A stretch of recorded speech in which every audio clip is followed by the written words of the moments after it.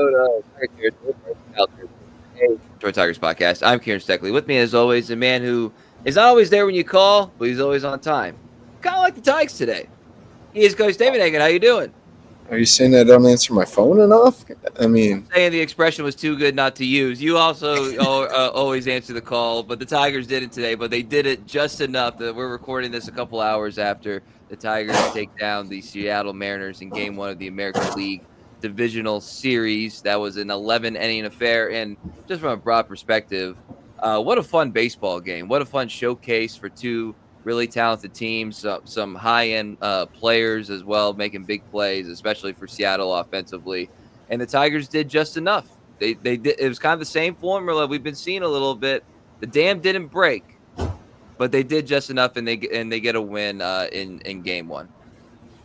yeah, these tension-packed games are killing me, man.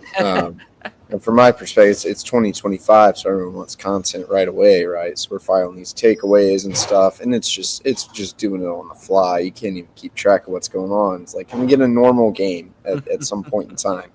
But it's been a lot of fun. Pretty impressive pitching performance, man. Troy Melton, we talked about in the wild card series, he's getting put in a big eighth-inning spot that was maybe a little unfair to him. Pretty clear this dude's better as a starter. He came out. His stuff was pretty solid.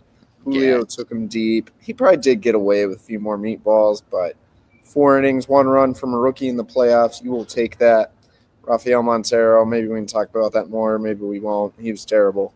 But everyone else was really good, man. Everyone else really locked down.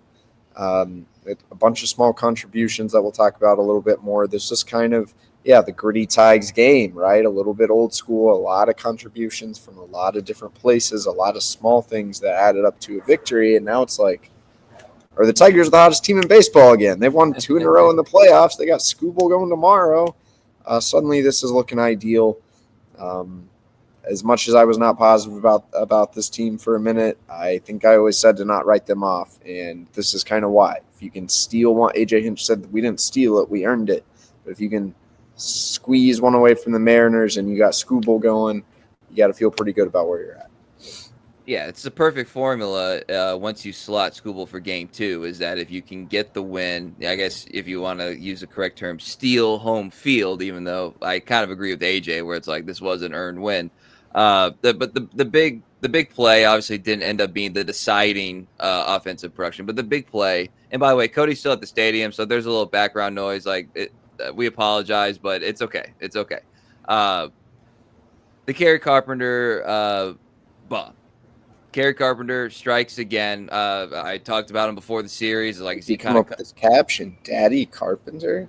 Daddy Carpenter magic. Daddy Carpenter magic. He's a dad now, so he's front facing. And I went back and looked at his log against Kirby today, Cody. It's unbelievable. He had just today, he saw that sinker 8 out of 11 times he was in the box against Kirby. That 8th one, he was ready for it, and he did the most damage possible, send it into the right field bleachers. And also, this is courtesy of Sarah Langs from MLB.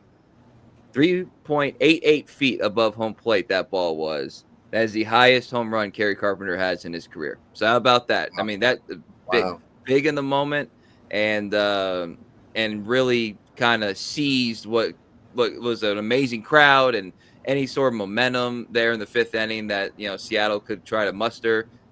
Dead in an instant. Kerry Carpenter, Daddy Carpenter magic. Kerry Carpenter, that I posted that screenshot of AJ Hinch, but him just like trying not to let it loose a big grin in front of the camera was hilarious to me. Because, for those who think AJ should manage on feel more or something, this is why, AJ doesn't like the idea that he's all about the numbers.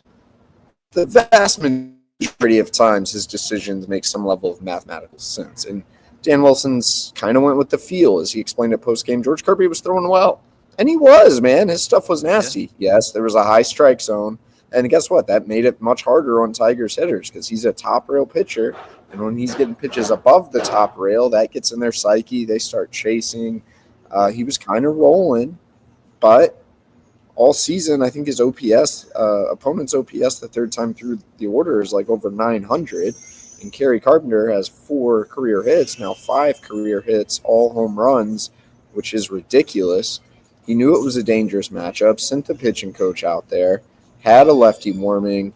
This is the playoffs, didn't make the move, paid for it dearly. So you could argue it's a managerial mistake. A.J. Hinch was certainly glad Carp got the at-bat, turning the tide of the game there kind of in the middle innings.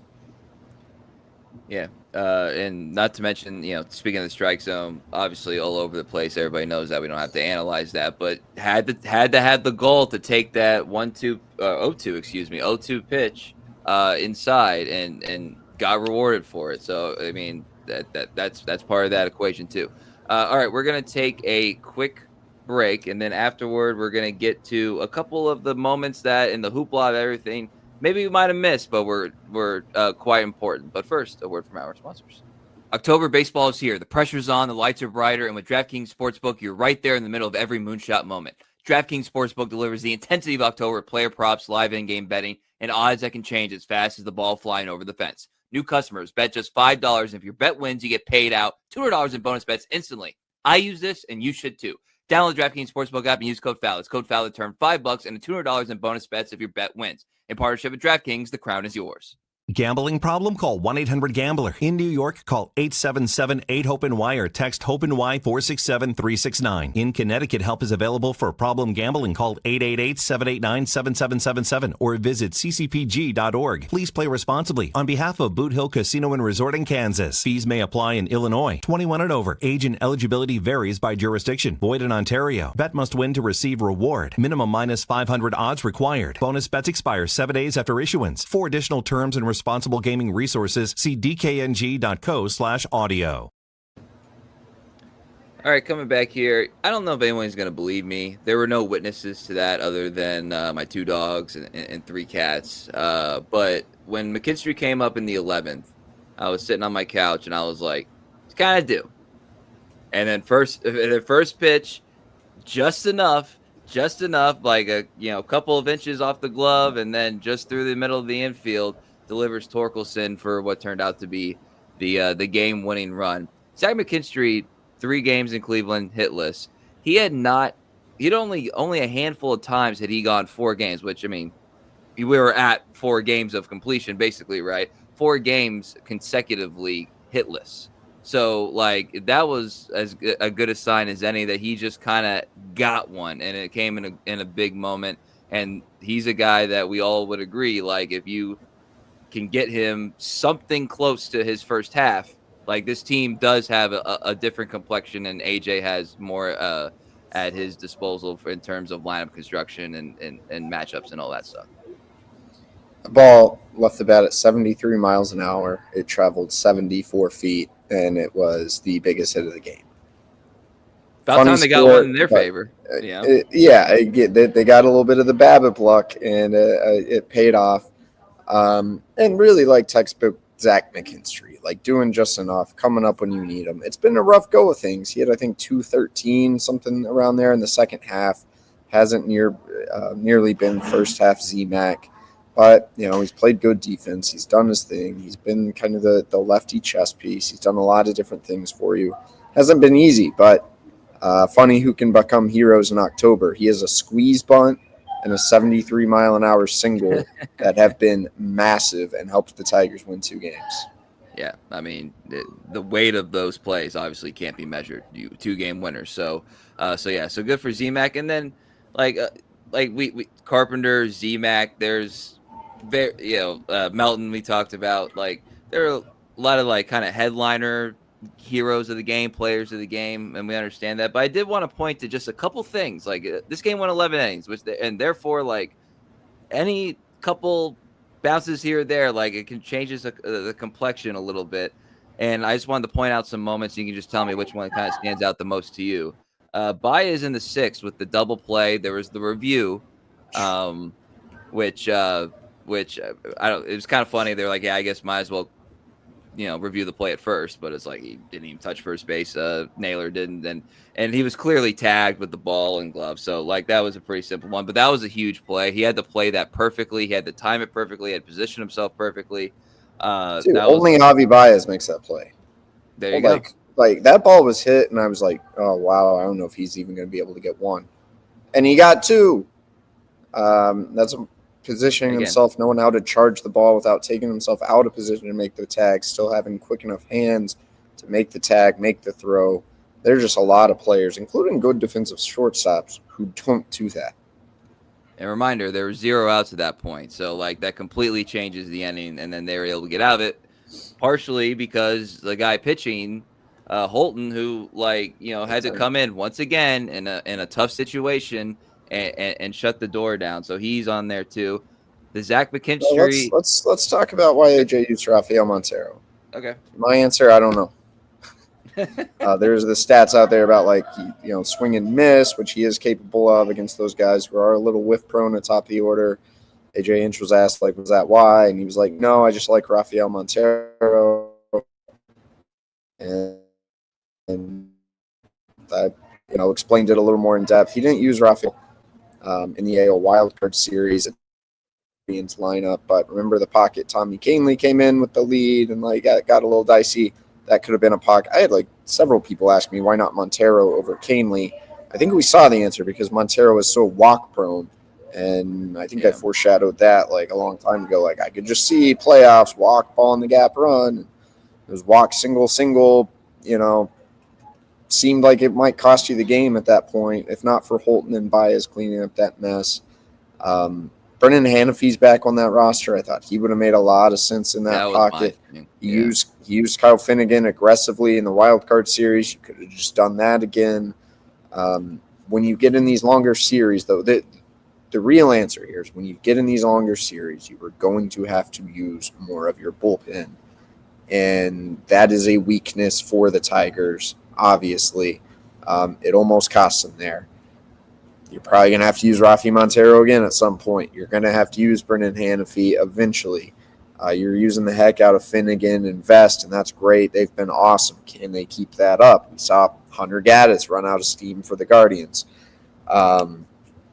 So this is just something to watch as we go forward. The good news, you have off day, you have Skubal and an off day.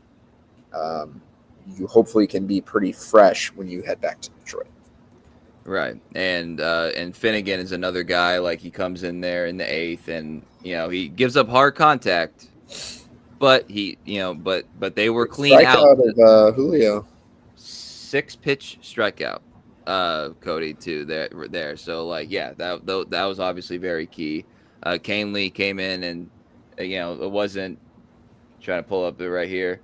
Again, some loud contact, but he again ends with the strikeout too. So it's all good in that situation. And I also want to point out that Spencer Torkelson gets the 7-pitch walk, if my notes are correct, 6-7 pitch walk in the 11th. And then you have the wild pitch, and then now you're set up, and that sequence obviously does not happen without Spencer Torkelson working in at bat. So I wanted to point out those kind of things. Good AB. Overlooked tonight. The Tigers struck out 16 times. That was a big matchup coming into this series. The Tigers strike out a lot. The Mariners can punch people. The Tigers punch way too much. Once again, they left a lot of opportunities on the board. But really, their pitching and their defense kept them in it long enough to squeak it out. So steal it, earned it, squeaked it out, however you want to phrase it. They did it. Again, the Mariners have beat Skubal twice this year, so Game 2 is not a guaranteed win, especially with the power in their lineup. But, hey, if you can strike out 16 times and win, you'll take it. 7 innings from the bullpen, 4 hits, and earned run. 2 of 11 today, the Tigers were with runners in scoring position. And also, they got to stop this, man. They do. But they also had the Babbitt bad luck today, I thought, too, with some of their swings. Not necessarily specifically to runners in scoring position, but they hit the ball hard, too, just right at people, including right up the middle there for Parker Meadows, where he threw his bat, but then tried to catch it, but it was too far. So that was kind of a funny little moment. And also Cole Keith coming back. Obviously, he had the single, and I thought single right away. First pitch, the guy's coming back from like a back injury or whatever. So what we're gonna do? We're gonna throw him a fastball inside. Love that. And then he got a hit, and also like that should do something to the comfortability of like playing him, sliding him in that order, so that if there is going to be AJ worked this perfectly, if there is going to be a change, then it's okay. We're not trying to overexert Colt anyway. We're just going to bring in Jahmai Jones. So I know, got on base there, but like the chess match thing we talked about with Carpenter stuff, AJ passed that with flying colors. So yeah, I mean, a lot of little contributions from guys. That's what happens when you win 3-2 and it goes into extra innings. But this is the kind of game that you hope to be able to win to set up Skubal. And I think it's actually good that they've beaten him a couple times, because then we don't have to pretend that like the Skubal is invincible. Like they know like this team has gotten to them, so like keep the same mentality. It's not like the usual Skubal thing. So that's my opinion.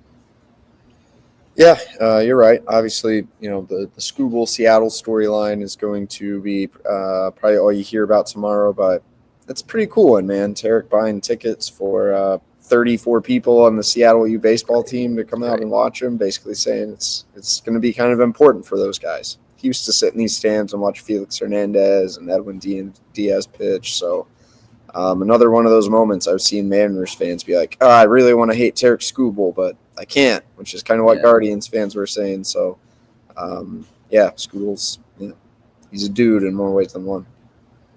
Yeah, and a reminder, in addition to being likely the Cy Young winner, he is the candidate for the Roberto Clemente Award for the Tigers. So, great pitcher, great guy too. So, all right, we will have an episode as well on Sunday night after said Skubal start, instant reaction, just like we did this one. So appreciate everybody for following along for this series, especially if you're listening to this right after we publish it after almost 3 a.m. Eastern time. So you're the real MVP. Listen back in the morning. And reminder, at Cody Stavenhagen, at Kieran _Steckley, at Tiger Territory _ We got videos going on the feed right now. So it's really cool. And TigerTerritoryShop.com for all your Tiger Territory merch. We appreciate everybody who supports us. YouTube, Instagram, Apple, Spotify. You guys know the deal.